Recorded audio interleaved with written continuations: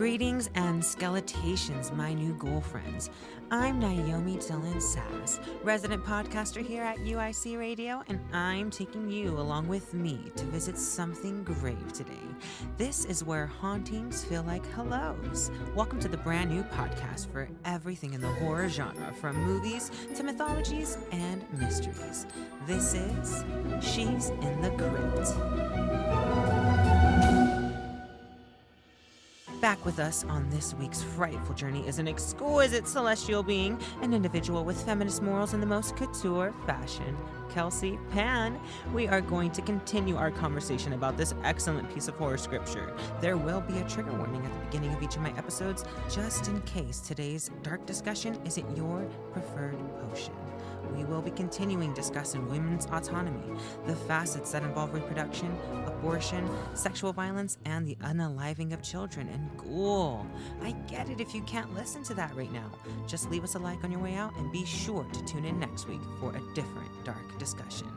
After this quick break, I'll be back with Killer Kesey, and we're going to do some grave digging into how second wave feminism influenced some of the new monsters made from mothers. Again, we're analyzing Chapter 6, Haunted Houses, in the second edition of the book, Monsters in America, Our Historical Obsession with the Hideous and the Haunting by W. Scott Poole. We'll be back after this quick message from Beyond.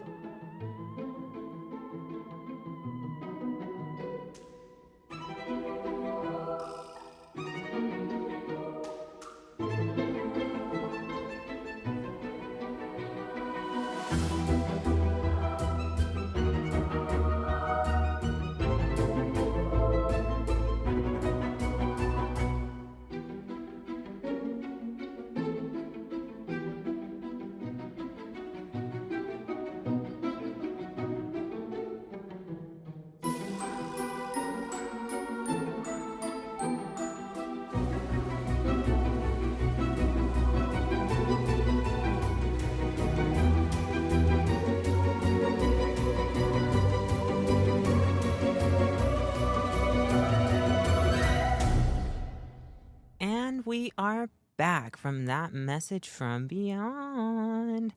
This is the segment, you guys. Are you guys ready to welcome our next guest? This is She's Summoning.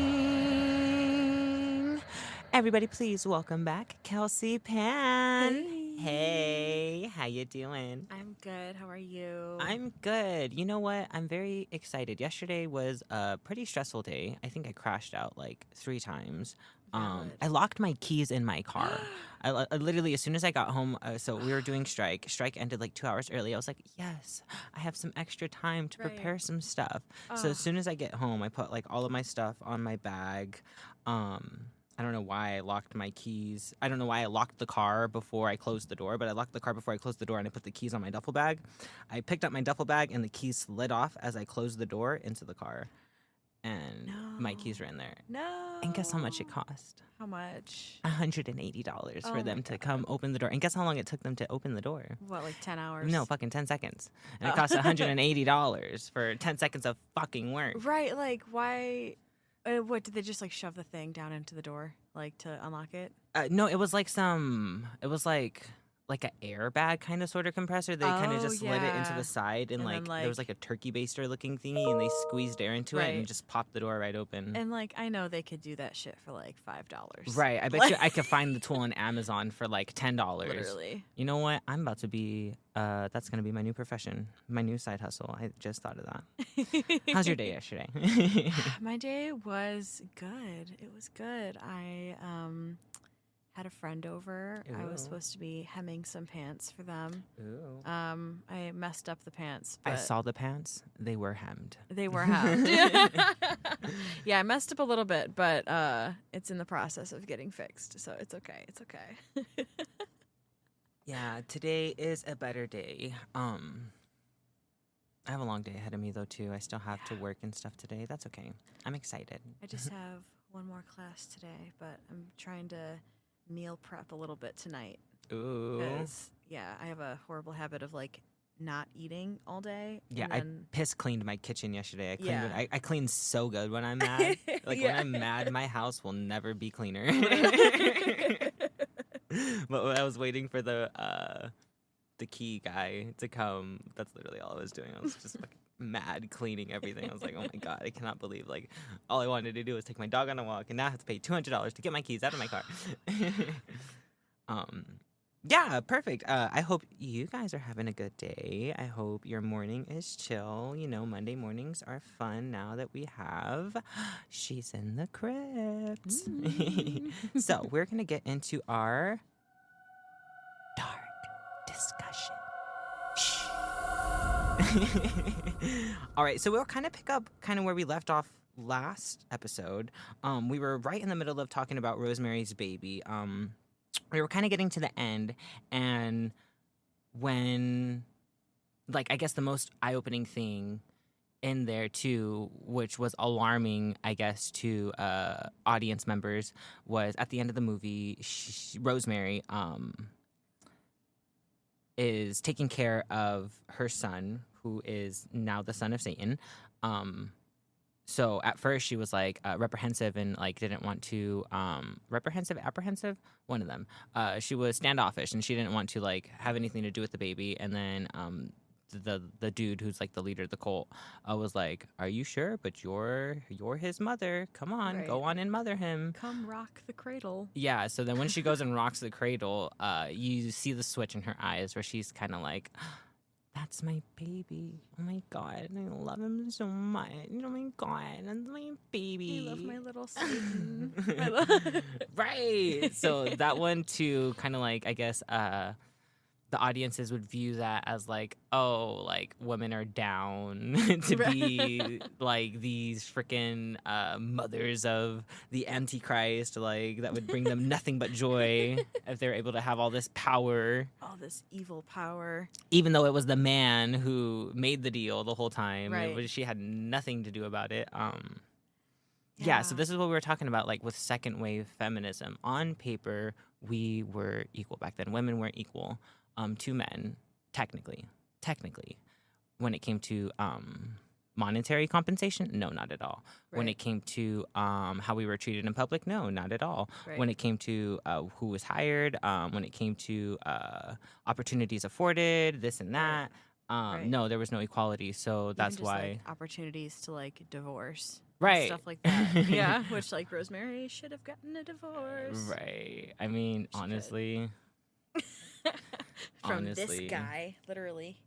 If that movie was, I guess I was gonna say if that movie was made today, that kind of movie was kind of already made today. It's called, excuse me, 1 second.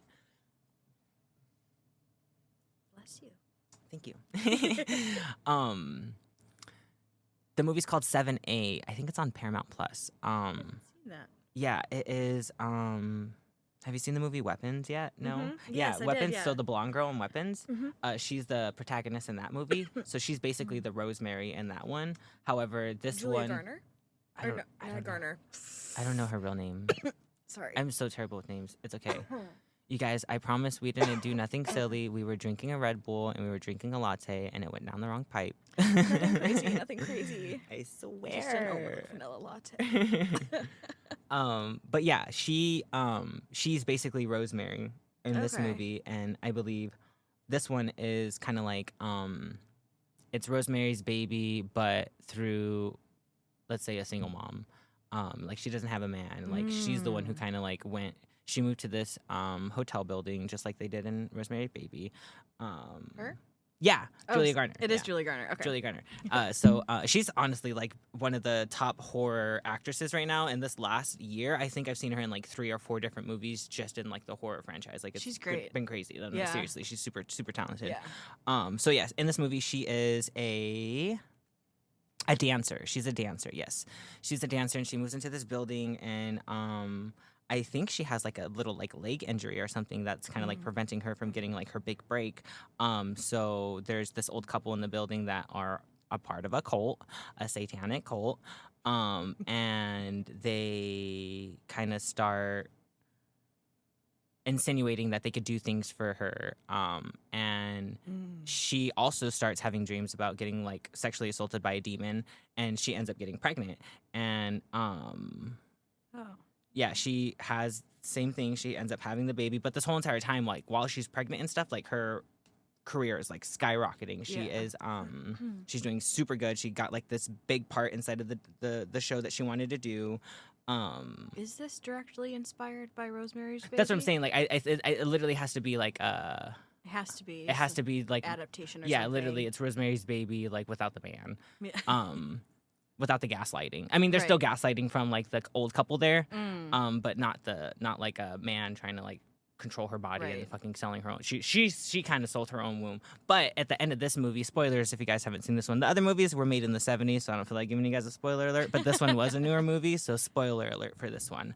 At the end of the movie, she is kind of like giving off the vibes of the cult that she's accepting her role as Satan's mother, just like how Rosemary did in this movie. She's like dancing around. It's this really beautiful scene. She's having her little glass of wine, and then she's right next to this window and jumps. Wow. Yeah, so that one she didn't want, in this version, she's like, you know what? I'm not down to be the mother of Satan. That's Y'all have not got what. this. Yeah, she's like, that's not in my tarot card reading. So sorry. Not in my wheelhouse. Right.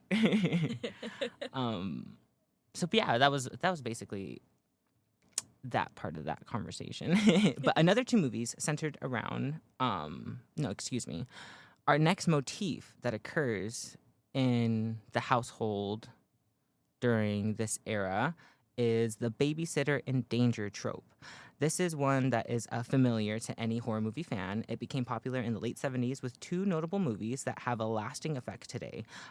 This scared the average home because it was a societal norm to hire a teenager to watch your kids for a much-needed night out.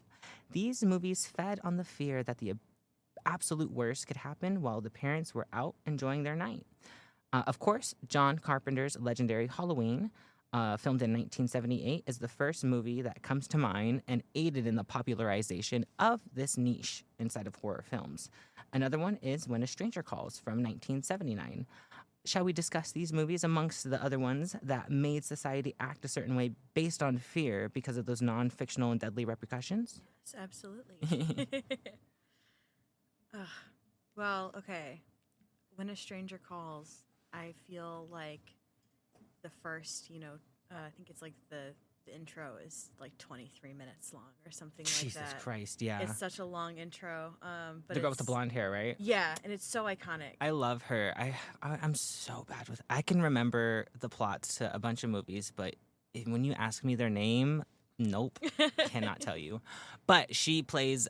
She is my favorite like show on Netflix is Unbreakable. Kimmy Schmidt. Oh yeah, I love her in that. But yeah, she's in Gotham too. Yeah, she's just a good actress. But that was, I think that was like her breakout role was that film. Yeah. But sorry, go on. Oh yeah. Oh, you're good. I was just gonna say,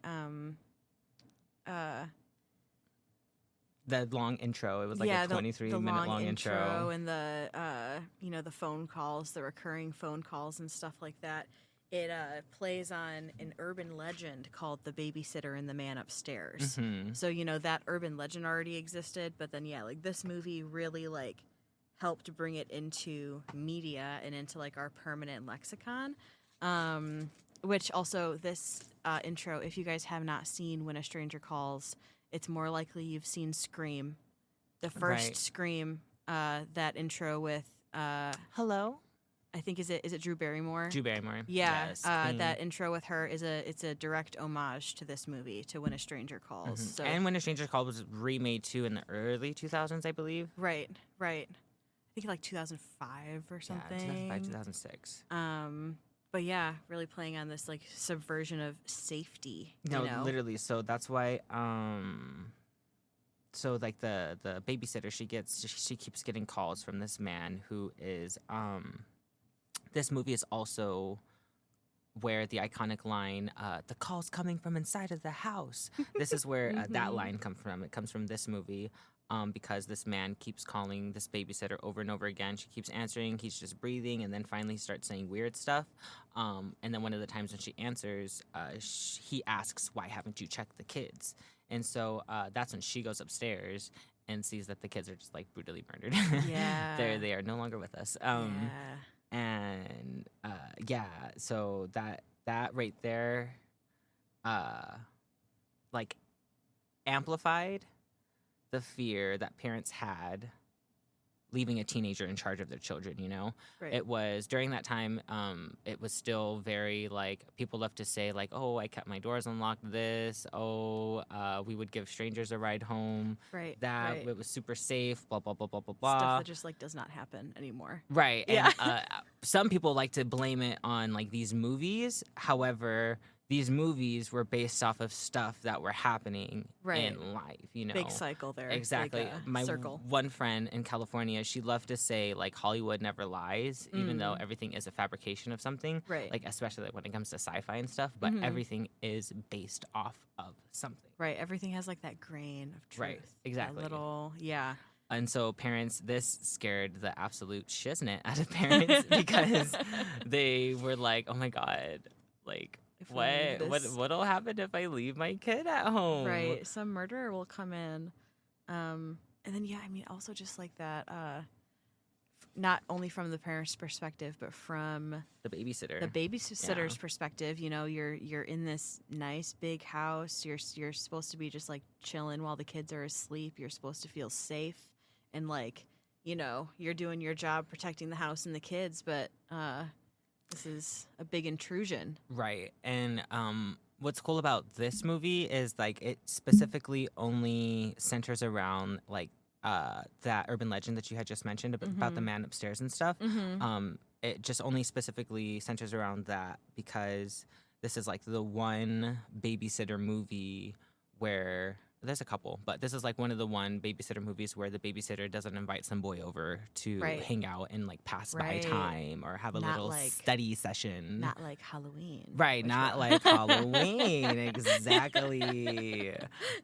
So yeah, there is John Carpenter's Halloween. Halloween is one of the legendary movies that like kind of aided in the popularization of this niche in horror films.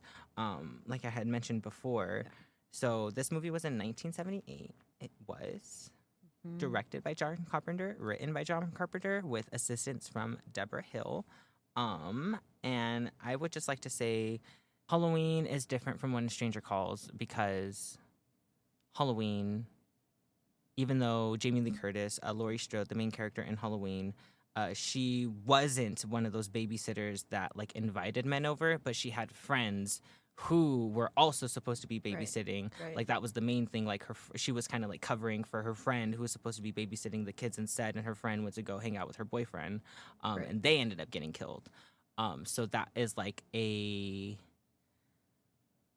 that's a pressure in the movie to put on teenagers by saying, this is what's going to happen if you Right. have sex. Watch what happens if you do what you're not supposed to do. You're going to die. die. And you know, Michael Myers, his origin story when it's shown, you know, him as a kid killing his older sister.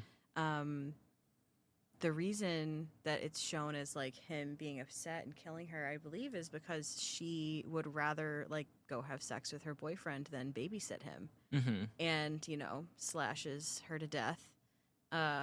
And then, you know, I think he just thinks now, you know, because when he first sees Lori, she's like outside his old house and Right. all Is- of this stuff. If I'm not mistaken, Laurie's the little baby that didn't get killed. So Michael Myers has like, for those who don't know the story too well, but Michael Myers had a mom, a sister, and a little sister, and a stepdad. So Michael Myers, like Kelsey just said, Michael Myers killed the older sister.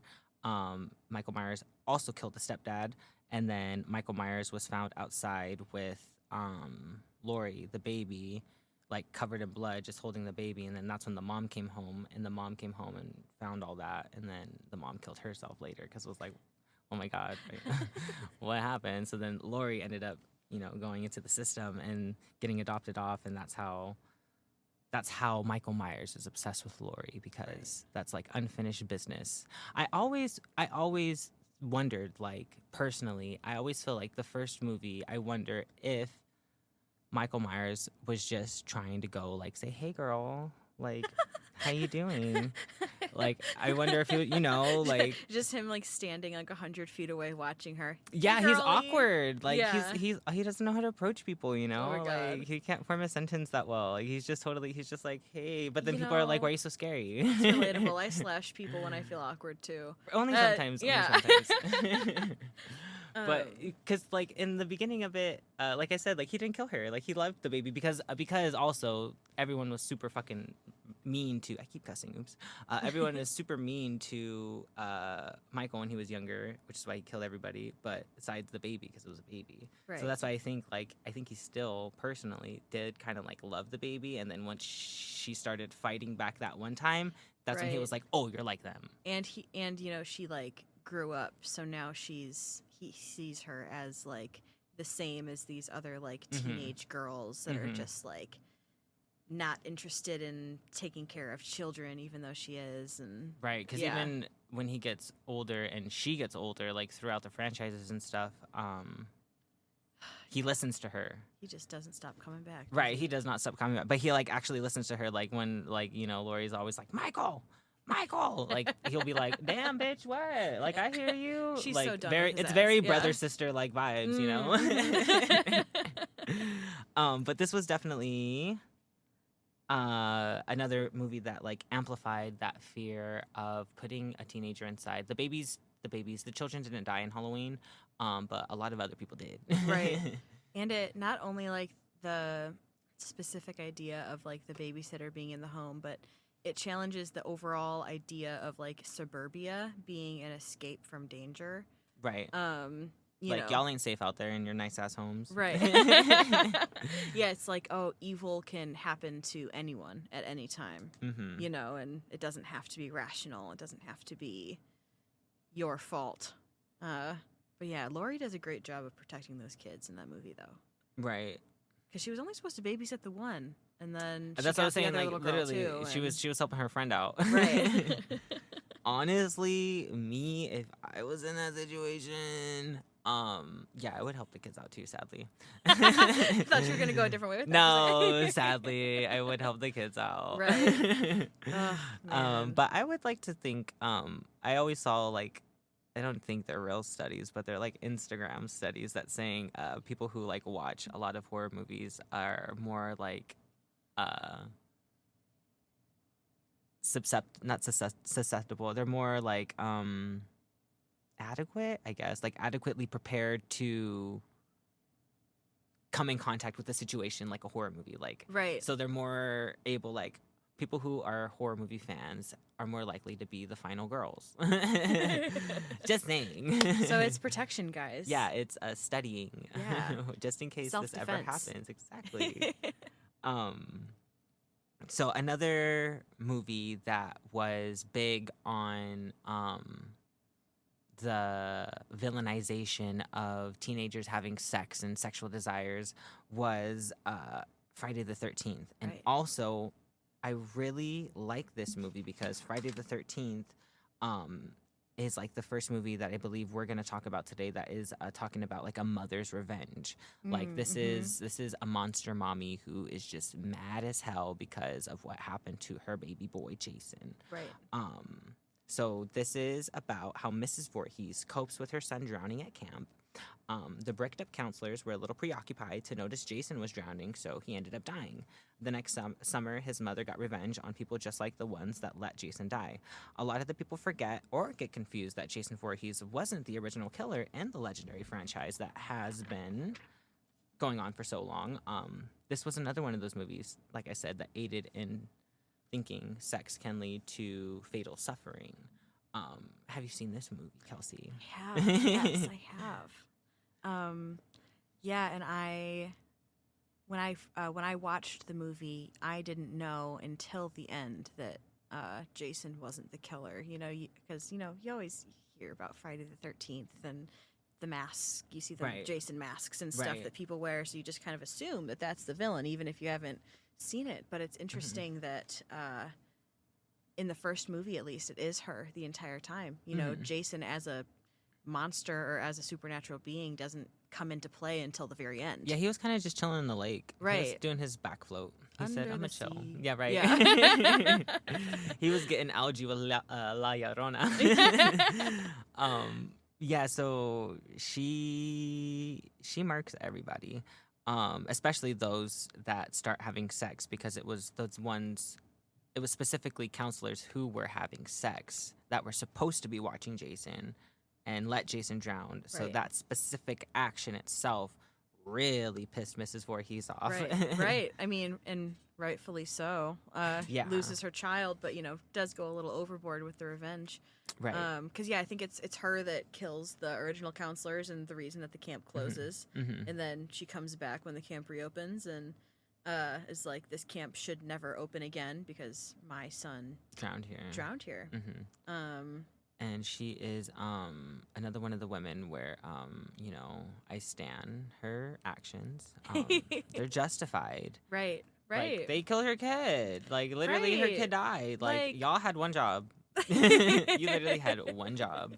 Like, not even let alone all the bullying that they were doing to poor Right, Jason. I mean, I right. know he looked a little different, but he deserve didn't find to- his mask yet. Like, Right, if he would have yeah. came in next year with his mask on, they would have been like, "Hey, yo, hockey player dude, what's up, my guy? How you doing, friend?" And it's interesting that they really want you to think the whole time that it's either Jason Uh-huh. or some other man Right, that is the killer, because it's you only see it from the perspective and right. How could this dainty, fragile, weeping old woman be a Ugh. killer of all these buff teenage men how could she with a knife bring and a herself to do purpose? this? Yeah, and she's wearing the gloves, she's bulked up in her her disguise outfit, but yeah, it really subverts a lot of those tropes about women being dainty and men being the broad villain, yeah. killer,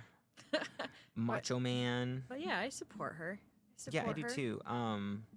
Doesn't her she gets decapitated at the end, right? Yeah, and like, Poor Pam. right. I don't know how. Like, I feel like just watching all the other different iterations of Friday the 13th, I feel like for some reason, when she got decapitated, I feel like that's when she became a maleficent spirit and kind of Yeah. not possessed. Jason's dead. Malevolent. Thank you. Maleficent. Yeah. Maleficent. Have y'all seen that meme? It's 50 Cent as Maleficent. But yeah, so Jason, shit, I forgot. what I I'm was sorry, saying. I didn't mean to interrupt you like that. It's okay. You were talking about her coming back as a spirit after Oh yeah. being, So I think that she kind of not possessed Jason's dead body, but is the one that awoken Jason's dead body, because Right. what still doesn't make sense a little bit. I mean, a lot of it is like you said, Jason comes back at the end and tries to pull the girl under right.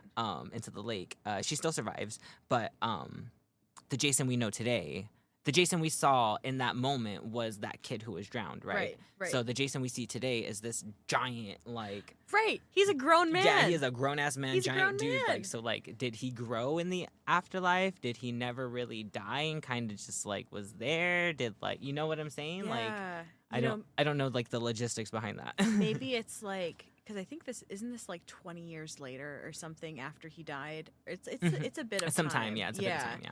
And maybe it's the age he would have been or something, Right. if he hadn't died. Or maybe it's just He was bulking. He the had meal manifestation of preps. He was eating his protein. Pam's he grief. didn't- Yeah. That was a big boy. he was eating those fishies down there.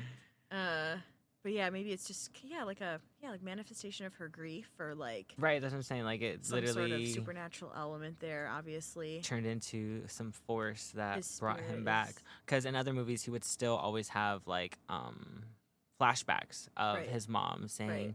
"Oh, what?" Freddy versus Jason. He had a lot of flashbacks of his mom telling him basically to keep killing all these kids. His mom was the one his mom is the one that always tells him to do all these murderings, basically. Right. and his mom's not alive. There's even Ultimate duo. right. There's even mother-son duo. You cannot Yeah. you cannot take that away from a mother and a son. That's a Oh. mommy's boy right there. He said, "I love my mommy." But they are Jason is always like that's always his like drive is like basically it was because his mom wants him to. There's even I don't know if it was still Freddy versus Jason, but I know there's another movie where like Jason has a shrine of his mom's Right. decapitated head still, Right. and it's just they're like decrepit and like Yeah. And clearly, Gross. like, neither one of them can let go of the other. right exactly. So Right. that's where I think like their familial bond keeps them afloat as long as they kill everybody to keep it strong. Worth it. I stand. Yeah. I wish I had a mother. No, I'm kidding. All right, awesome. Honestly, I think that kind of wraps up the discussion for Monster Mommies. Monster Oh my Mommies, goodness. We yay. can get into my favorite part of the episode. Wait, before we get into our favorite part of the episode, I would like to give a shout out to this book again. A lot of this information about like motifs, urban legends, the similarities between the movies and what society was presented is this book called Monsters in America, Our Historical Obsessions with the Hideous and the Haunting. It is the second edition that I'm using. It is basically like this whole entire book is like a history textbook on how horror film was created based off of the effects of society. Yeah. This is chapter 6. A lot of the stuff we're talking about is in chapter 6. It is called Haunted Houses. I got all the hot mommy stuff out of there for you guys and curated it into this lovely, lovely, lovely 2 episodes. So now it is time to get into our game, Flash or Smash. All right, this is round 2. Round 1 was really fun. Round 2, I have 5 more bad mommies for you. Are you ready? Yes, let's go. Let's go. All right, number 1, Pamela Voorhees. You know, I did very much say that I support her, so I'm gonna have to say smash. You know have what? to say smash. You know what? I'm going to have to say Slash. Just for the simple fact where I think her love for her son goes a little too far. I feel like if Jason wasn't an abnormal looking human or Right. not human, she would end up being one of those moms that would be like, no, you're not good enough for my son. You'll never be good enough for my son. That's I'm true. the only woman in his life. The original boy mom. Yeah, yeah. And for that reason, I'm going to have to Slash. No, I understand it. I understand it. Awesome. Next is Nancy Loomis. Do you know who this is? Oh, I don't. What's she So from? this is from Scream 2. So Oh, Scream okay, 1, yeah, the yeah, yeah. original killers were Billy Loomis and Stu Macher. Right.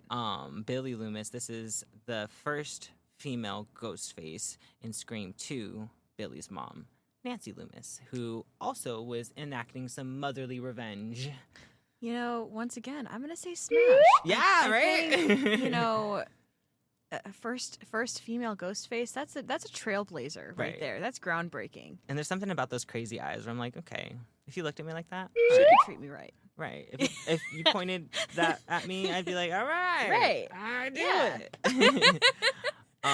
Yeah, I also want to say like another iconic thing with like Nancy Loomis is that she is the mom. Like all the other I feel like all the other Scream's reasons why they're Ghostface kind of get lost and diluted like throughout the franchise. Some of them Right. are like doing it for fame, some of them are doing it for this or that, but like Nancy Loomis legitimately had a reason to dress up as Ghostface, even though it was her dumbass son's fault, who Right. was the first Ghostface trying to kill everybody in their damn school. But yeah, she, I guess, had a legitimate reason to actually go after Sidney Prescott. And the other, the next killer in Scream 3, he kind of had a good reason. Not really. He was like a long lost brother, and he blamed Cindy he blamed Cindy because the mom chose her life and like took care of her instead. So he blamed Cindy for never getting to like have a mother-son relationship. But yeah, he was a crybaby boy. Next is Mama from the movie mama. You know, she's a little too freaky for me. I'm gonna say Slash. Yeah, Slash? Yeah. You know what? Those fingers, you see how long those fingers are? Those could do some things. I'm going to say Slash. Yeah. You were tempted though. Yeah, I feel like I might get cut somewhere. Next up, Other Mother from Caroline. Oh, Other Mother. Yeah, for right. For sure. Her and Original Mother, both baddies. Text me, call me. Right. Um, Follow us on Instagram. Right. Like, even though she's evil and, you know, does a lot of messed up stuff to Coraline. It's just for fun. Right. It's just for fun days. Imagine how boring that house would be if they didn't do that, you know? Right. And, like, I'm I wish just I could kidding. have button eyes. Right, Yeah. right. All right, last one, Monster House. Ooh, okay. Loved this movie as a kid. Right. Monster House is a female, you guys. If the deep cut. You know, I'm going to say Slash. Yeah? Yeah. I'm going to say Slash. It's a bit too big of an undertaking for me, personally. You don't think you can handle all that? I don't think I could handle it. Ah. Is that too much? You know what? Just for like housing security, like not having to pay rent. Yeah. You know what? I think Right. I'm gonna smash. Yeah. Oh, let's- yeah. And move in and be like, hey, can I spend the night? Right. Just not Can I leave. spend the night? Ooh. That was the last person on our game, Slash or Smash. Awesome. That was awesome. All right. So we have almost dug a hole big enough to fit this topic into. But before we go, this is part of the show where we answer chilling inquiries from our Crypt Keepers. Our very first question is, hey, Ghoul, I'm a 26-year-old who is married to my beautiful partner who is more than a few years older than me. That's not the problem. The problem is, I had my friends over the other night and one of them brought some tequila and a Ouija board. Of course, we played with it and nothing happened, so I thought. But ever since that night, my husband has been acting strange. I hear him talking in the middle of the night in random rooms, but his phone is always on the charger. Each time I've walked in, I've been met with a cold gust of wind, metaphorically and literally. Last night, I heard him say his late ex-wife's name and giggle when I was walking by the room, so I barged in. He was there, half naked, hair messed up, and saying it wasn't what it looked like. There was no one anywhere to be found in the room or house. Long story short, I'm scared I might have summoned his ex-wife's spirit, and now she's trying to win him back. What should I do? Love, panic, poltergeist, hunter. Wow. There's a lot to unpack with this one. That sounds like a sister-wife situation. Yeah. Call Cody Brown. Call Cody Brown, call Teresa Caputo, call the Long... Oh, wait, that is the Long Island Medium. Have those two ever been mentioned in the same sentence, do you think? Cody Right. Brown and Teresa Caputo. Imagine they had like a little sitcom show together. I'd Oh watch my God. a cartoon show. Oh. Wow. This question. I mean, my advice is always going to be to leave a man. Right. I think that that's the first order of business here. Right. Yeah. Leave him. Yeah. I Leave mean, him.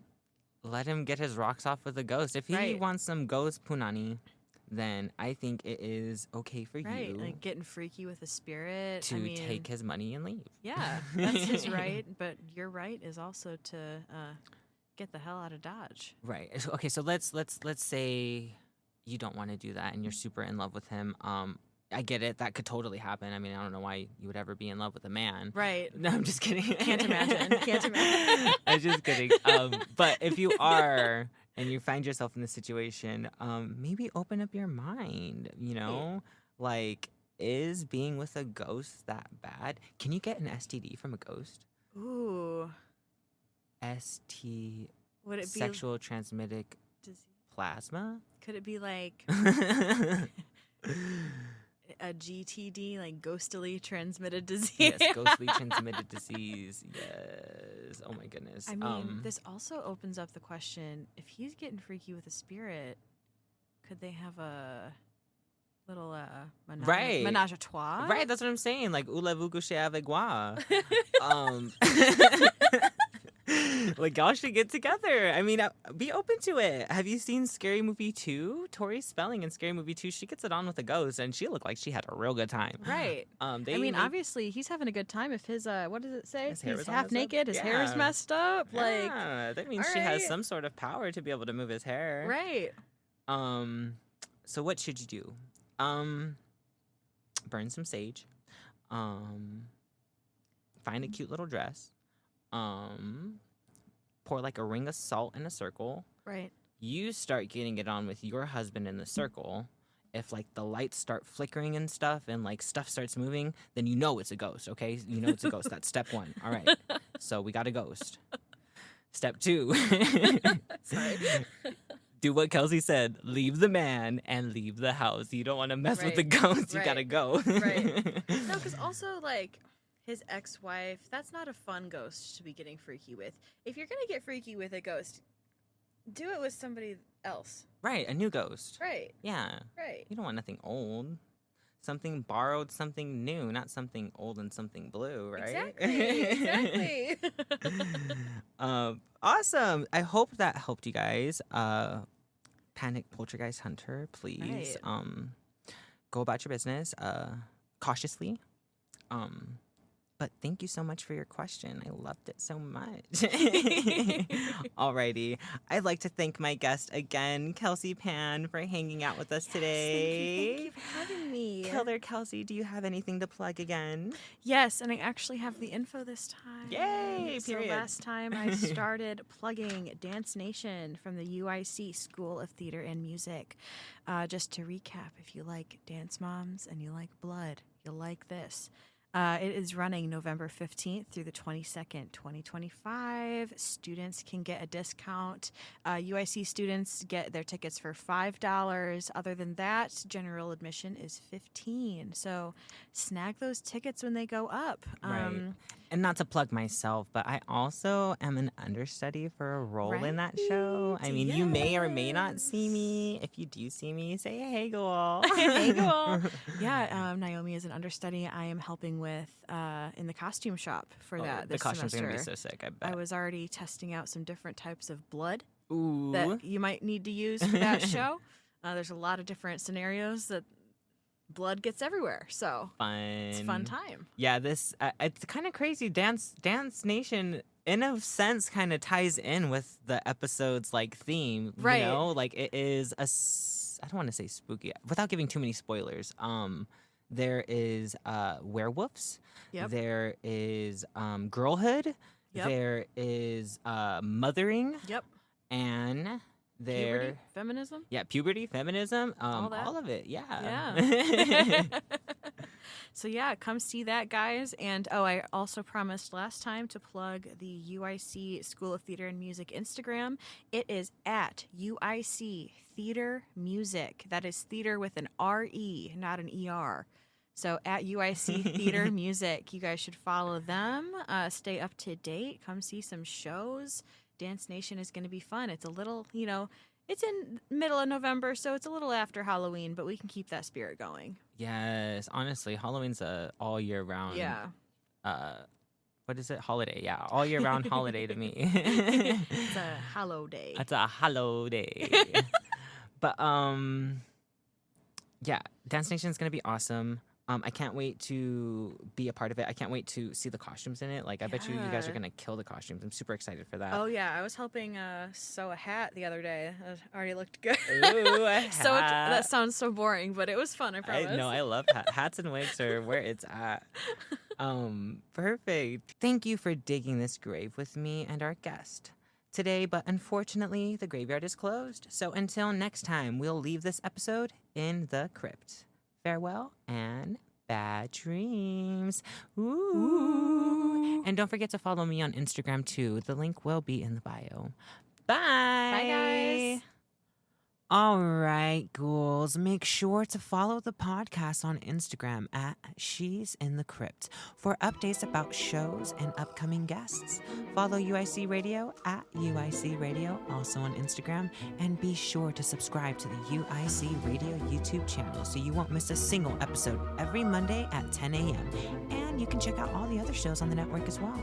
The podcast was created, written, and edited by Niomi Dylan Sass. Hey. And published by UIC Radio. Music by Arthur Benson, The Friendly Ghost, and sound effects from epidemicsounds.com. If you can't get enough of She's in the Crypt, you can keep up and check out my bi-weekly blog, Crypt Collections, every other Saturday morning at 10 a.m. on the website uicradio.com, and find me in the blog section.